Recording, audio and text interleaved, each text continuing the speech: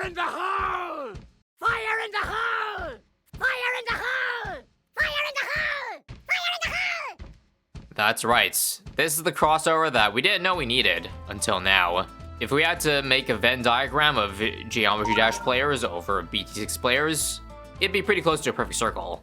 Although not a perfect circle because I, and maybe some others, have actually not played GD before. More on that in a second I'll explain, but the challenge here is we are going to beat Fire in the Hole with fires in the hole. So, this involves literal fires in holes, so the Inferno Ring, and I guess by proxy the Ring of Fire both have some nice fires in holes. Blue Incineration, and I guess all of the bottom paths fit that rule too. Now, while Gwendolyn's portrait does not show any actual fire in the hole, it is a flamethrower, and we know there is fire deep down that hole somewhere. Unfortunately, I don't think literal fires in holes give us enough variety in this Chimps challenge, so I'm also going to enable some bomb shooters. Because that's kind of the saying, right? Fire in the hole precedes you possibly shooting at a cannon shot. So in that case, I think I'd enable a 5.25, everything up to a missile, but not the maulers, just because they don't look like real cannons anymore, if that makes any sense. On top of also the other mortar pads. Fire in the hole! And then out come the mortar shots. First off, is this map even beatable on the first round with this current restriction?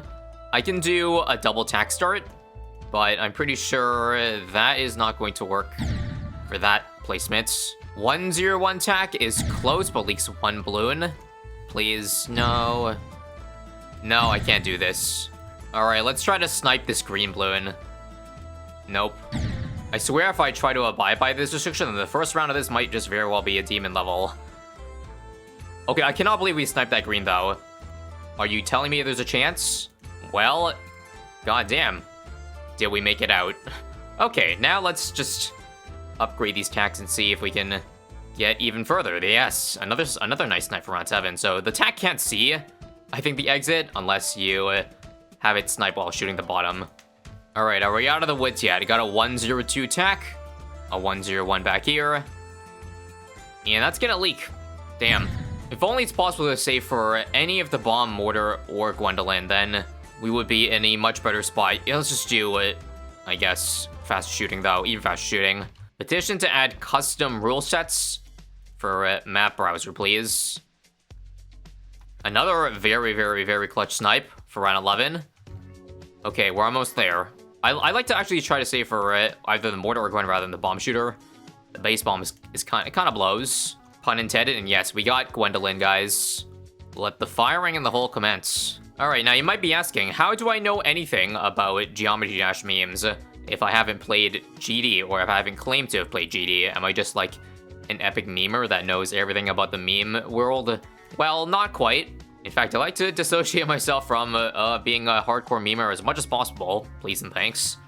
I don't think anybody would like to claim that title. But I guess let me preface by saying the part where I said I've never played GD before is not true. Although it is true that somehow I never actually played this game up until several weeks ago, where I was taking a little bit of a YouTube break, as one should when having played BT6 for 13,000 hours.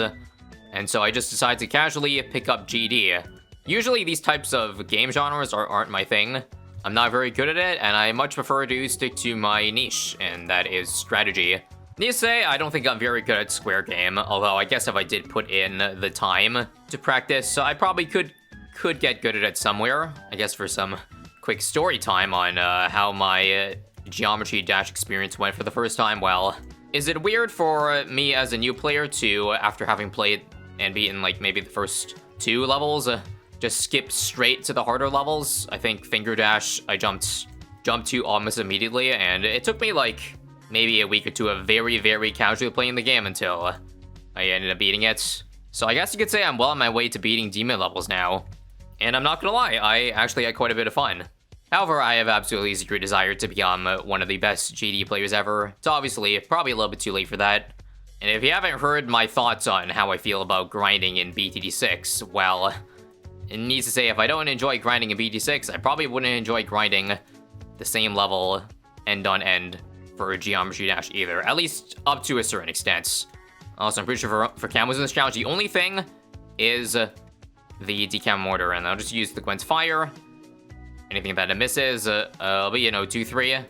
I've actually fallen into a little bit of a rabbit hole on the YouTube side of things.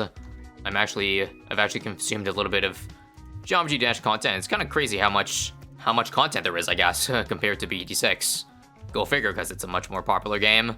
And that, yes, brings me to how I discovered Fire in the hole! born too late to explore the Earth, born too early to explore space, but born just in time to experience the dankest of memes. Unfortunately, I'm not gonna get my A battery for round 40, so what shall I do? Well, first off, I'll see if I can just break down the entire mob clump with just Mortar Micro. And then I'll use Gwen's Cocktail, and also the help of the 302 tack over here. Hopefully it should add in some damage, right? It's so close to popping. So close. Yet so far. Oh, hang on, what I could do here is maybe I can upgrade to Ring of Fire in the middle of the round. Let me try this again, but also to micro the Bernie stuff too. Guys, we have Fall Mouse at home, and it is just... I'm having the funnest of blasts pressing tab on both at the same time. But this should do it, yep. I didn't have to use Cocktail there. That's how good it was. So you see, I think it was pretty necessary to include the non-literal fires in the hole. Otherwise, well, purples would be a big problem. But now I think we're good until, I don't know, quite a while, because I know A battery has got it going on. Again, I made a pretty bold, unfact-checked assumption at the start that the GD community and the Bloons community like has a huge amount of overlap, which makes me kind of wonder why, since again they're two completely different genres of games. But I guess they primarily fit that mold of mobile, at least starting off on mobile games that have a very broad appeal to it and has an art style that appeals to the youngins, one could say. Now, I, for one, would certainly love to have another upgrade to add to our arsenal so that we can actually deal with Moabs a bit more better than how we're currently dealing with them, aka hard microing on the A battery. I know I can use the ability, and I suppose I will, but can't use it every single round for mobs, right? Maybe I'll just hang on, though, until we can save for the popping on. That's only about, like, what, 5 rounds away or so? Definitely doable with proper micro. And there it is. My patience has awarded me with a free mid-game. Popping out OP, fellas.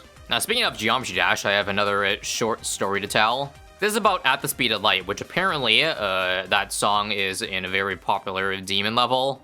And I would like to let you know, for the uninformed, the OGs remember this, but back in the day, I used a lot of background music for my videos, and At the Speed of Light was one of them.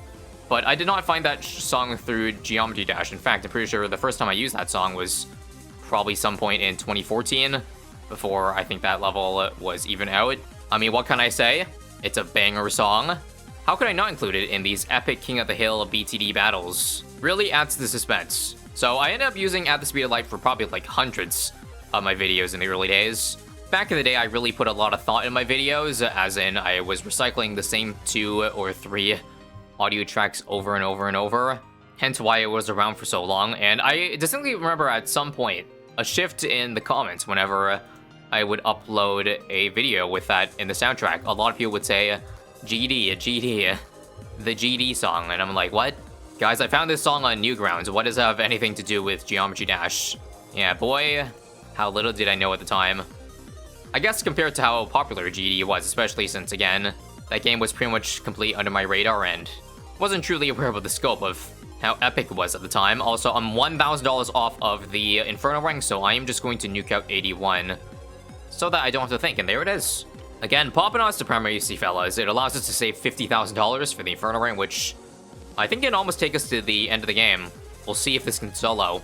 Anyways, yeah, that's my short story about Geometry Dash infiltrating my comment section 8 years ago.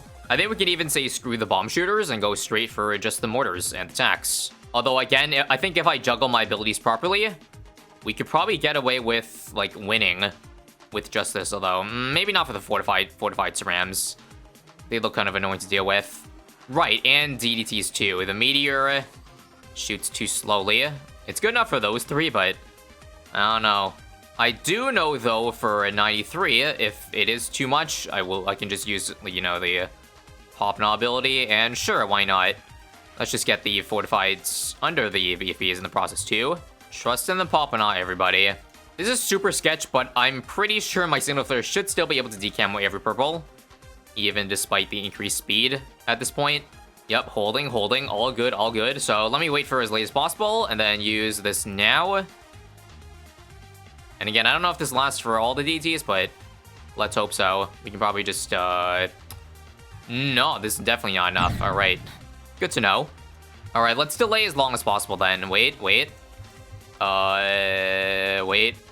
Holy crap, Inferno Ring can actually hold a very long time. Did you see that? That was like 10 DTs that I just destroyed. Thank you, the Gwen buff too. Again, if you didn't know, Inferno Ring increases... yeah, it's increased attack speed from Gwendolyn, and yikes, so close. Guys, this time for sure, we just have to, again, use it as late as possible.